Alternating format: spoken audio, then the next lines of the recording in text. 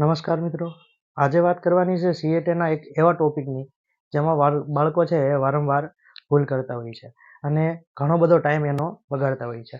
જોઈએ કોડિંગ. જ્યારે આવો દાખલો સામે આવે તો બાળકો છે એ મોટાભાગે એમને શીખવાડ્યું છે એ પ્રમાણે એબીસીડી લખવા માંગતા હોય છે, પણ આમાં કોઈ એબીસીડીની જરૂર પડવાની જ નથી. બરોબર, એ બાળક સમજી શકતું નથી, પહેલા એબીસીડીમાં ટાઈમ બગાડતું હોય છે. જો આમાં શું કરવાનું છે, સૌથી પહેલા નીચેનો દાખલો જોઈએ કે ગીવ લખેલું છે તો એનો કોડ આપેલો છે 5137 અને બેટ લખેલું છે એનો છે 924. તો એવું પૂછ્યું છે ગેટનો કોડ શું થાય.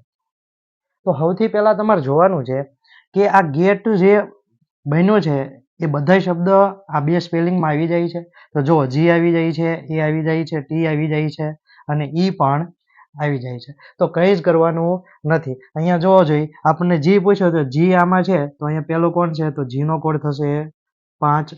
બરોબર, આઈ પૂછ્યું છે, અહીંયા આઈ નો કોડ આપણને જરૂર નથી. એ તો એ અહીંયા બીજા નંબર ઉપર છે તો એનો કોડ થશે 2. બરોબર, એ જ રીતે ટી, તો ટી ક્યાં છે તો કે અહીંયા બેટમાં, તો અહીંયા છેલ્લો નંબર કયો છે તો કે 4. તો એ રીતે આનો થશે 4. ઈ, તો ઈ છે આમાં આપેલો છે છેલ્લો, કયો થશે 7. તો આ જે છે આ કોડ બન્યો એ ગેટનો કોડ થશે. આરામથી આ દાખલો સોલ્વ કરી શકાય. એવી જ રીતના અહીંયા થોડોક ફેરફાર કરીને મૂક્યો છે. અહીંયા કોડ આપેલા છે એના ઉપરથી શબ્દ આપેલા છે 15764 ADMCJ 9832 XNTY અને બીજો એક કોડ અહીંયા આપેલો છે. તો આના પ્રમાણે આપણે શું લખી શકીએ? જો અહીંયા કણે 9 છે તો 9 નો કોડ શું થાય છે તમારે અહીંયાથી જોવાનું છે તો કે x. બરોબર, આનો થશે x.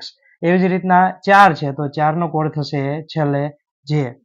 2 છે બરોબર, તો 2 નો કોડ થશે y. એ જ રીતે 7, તો 7 નું 3 નંબર ઉપર તો કે m. 3, તો 3 નું અહીંયા કણે છેલ્લેથી બીજું તો t.